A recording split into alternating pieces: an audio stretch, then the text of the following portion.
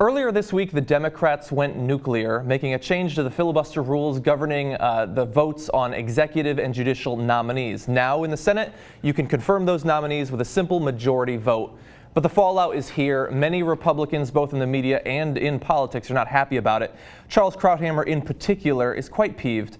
He was on the Fox News special report, and he was talking about the Democrats' hypocrisy on the filibuster.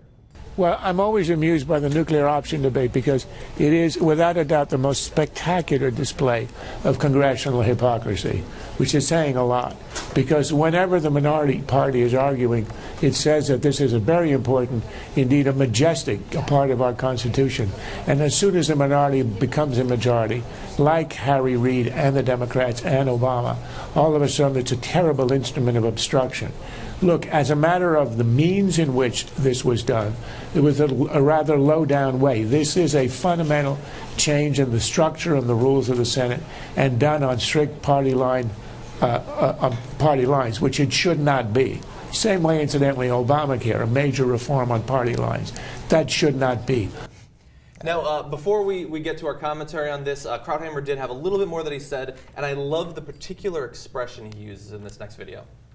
As a conservative, I would say, I am extremely happy that the Democrats are doing this.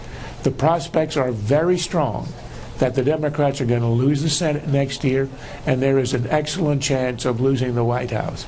And the Democrats will absolutely rue the day, because they not only are going to allow a Republican majority, which will come one day anyway, to get its nominees through, but Chuck Grassley has said that when Republicans come into power, they're going to include Supreme Court nominees. And that would be a devastating blow to the liberals on the court and to the liberals in the country. So I don't think Democrats are going to remember this day with any joy in the near future. So, Charles Krauthammer talking as if he was a villain in a Batman movie. Yeah, totally. By the way, the Democrats are not going to enjoy this day anytime in the near future.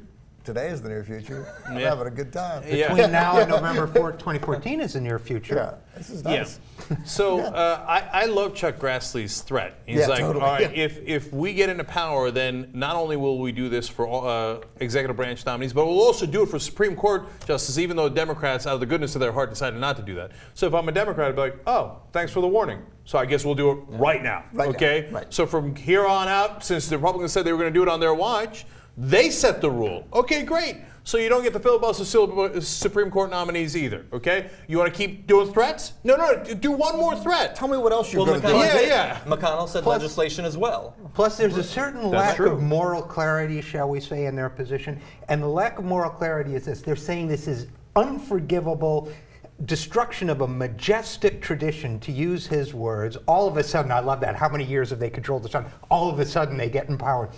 It's unforgivable, it's dictatorial, destroying a majestic tradition, and we're going to do it twice as much when we... What? As a moral position, there's a lack of clarity there, don't you think? Yeah, and second of all, he's lying. The filibuster is not in the Constitution. No, not at it all. was a clear misdirection that Republicans do all the time. They didn't say Iraq and 9/11 were connected, they just said it in the same sentence. He didn't say the filibuster was in the Constitution, but he mentioned the word Constitution as if the Democrats are taking it out of the Constitution, which is not the case. And remember when they originally made the deal not to go nuclear, earlier when the Democrats and Mitch McConnell got together, Mitch McConnell promised that they would only filibuster nominees going forward under extraordinary circumstances. Those were the words, extraordinary. Yeah. They then went on to filibuster every nominee, okay? Right. So I guess every Obama nominee was extraordinary, right? Yeah. And so the D.C. Circuit Court of Appeals, 3 nominees, the Republicans say we had no objections to them specifically, but we filibuster everything. Lindsey Graham comes out and says, because of Benghazi, this or that, I didn't get to speak to somebody's barber in Benghazi. I want to speak to every living person in Benghazi. I'm going to block every appointment. So everything was extraordinary. So they violated their word. And my favorite fact is, of all the filibusters of nominees in United States history, half of them have happened under Obama because of the Republicans.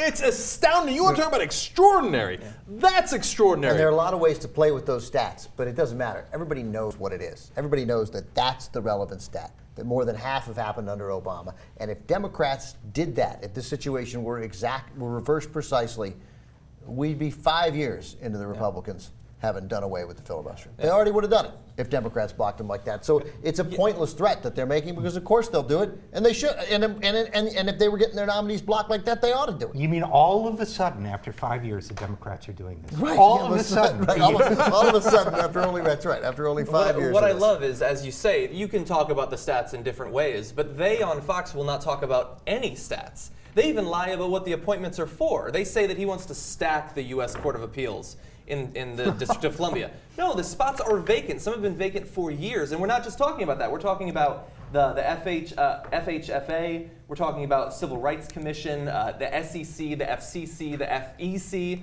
the National Science Foundation, the U.S. Geological Survey, Department of Homeland Security. All across the entire government, these people are being filibustered for months, possibly even years sometimes. I got to give you two more things about that. That's important. Number one, at the Court of Appeals level, only 23 nominees have ever been filibustered in the history of the United States.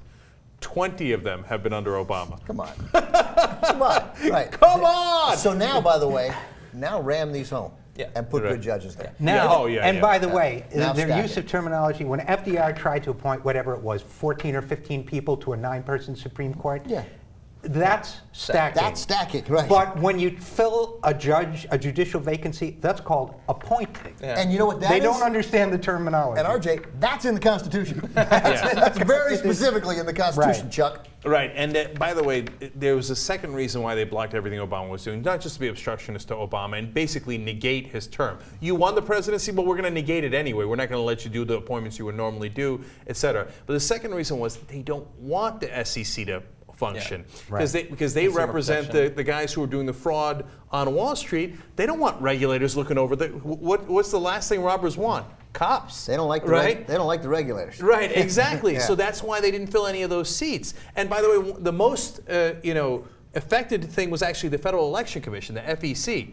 And they don't want anybody looking into the shenanigans of how they raised money in elections because they're going to find out a treasure trove of crap there, and that's why they didn't want those seats filled. Yeah. And I'll say one more thing about this, which is that I'm surprised. Honestly, I thought in Obama's second term, if you had asked me to guess how much more progressive Obama and the Democrats would be, I would have guessed 0%. And I would have said the best we could hope for is the 5% that we got under the first term, right? 5% change is what Obama believes is real change. But so far, with this and with a couple of different actions, And maybe Janet Yellen. yeah, 25%. I mean, we're not talking like, whoa, it's a sea change, 180, all of a sudden they're massively liberal. No. But like, they've gone 25% towards actual progressive and strong actions. Yeah. Not just like theoretical and symbolic, but they're actually doing something here. So I'm duly impressed.